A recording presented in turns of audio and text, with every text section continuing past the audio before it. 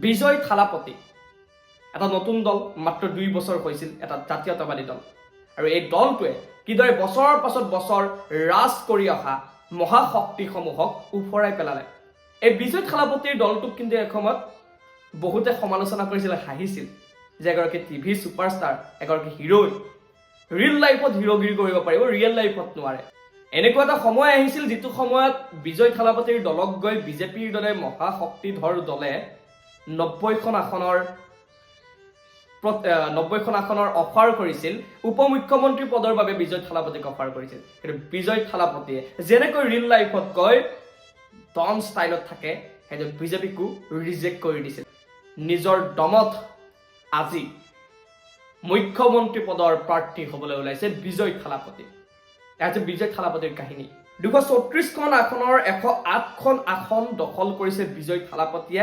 এটা সপোনতকৈ কম নহয়, landslide victory.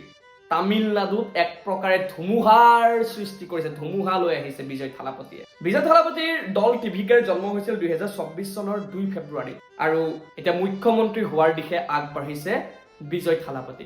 কিন্তু বিজয় থালাপতিৰ এই জয়ৰ আঁৰত কেৱল বিজয় থালাপতিয়ে নহয়, বিজয় থালাপতিৰ জয়ৰ আঁৰত আছে এগৰাকী মাষ্টাৰ মাইণ্ড, যাৰ নাম হৈছে প্ৰশান্ত কিশোৰ। যে যদি প্ৰশান্ত কিশোৰ সঁচাকৈ মাষ্টাৰ মাইণ্ড, জিনিয়াছ, তেনেহ'লে বিহাৰত কিয় খাতা খুলিব নোৱাৰিলে?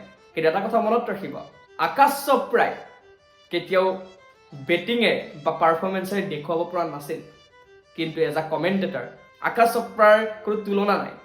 ঠিক একেদৰেই প্ৰশান্ত কিশোৰৰ কথাটো অকণমান তেনেকুৱাই। প্ৰশান্ত কিশোৰে কেৱল এইবাৰেই নহয়, প্ৰশান্ত কিশোৰৰ ভূমিকা আছিল 2014ত মানে মোদীক, নৰেন্দ্ৰ মোদীক প্ৰধানমন্ত্ৰী বনোৱাত, বিজেপি চৰকাৰ অনাত। প্ৰশান্ত কিশোৰৰ ভূমিকা তামিলনাডুত ইয়াৰ পূৰ্বৰ চৰকাৰখন অনাতো আছিল।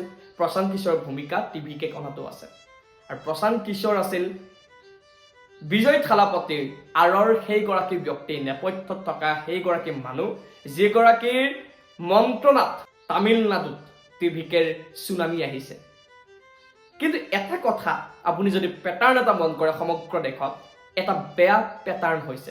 আমাৰ দেশত প্ৰত্যেকগৰাকী নাগৰিকে বিচাৰে যে দুৰ্নীতি, নেতাসকলে দুৰ্নীতি নকৰক, নেতাসকল নিকা হওক।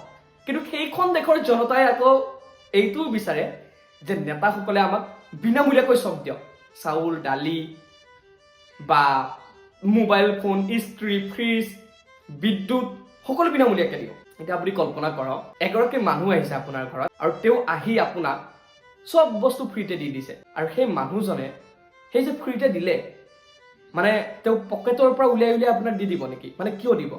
সেই মানুহজনে আপোনাক ফ্ৰী দিয়াৰ বিনিময়ত আপোনাৰ পৰা কিবাটো ল'ব।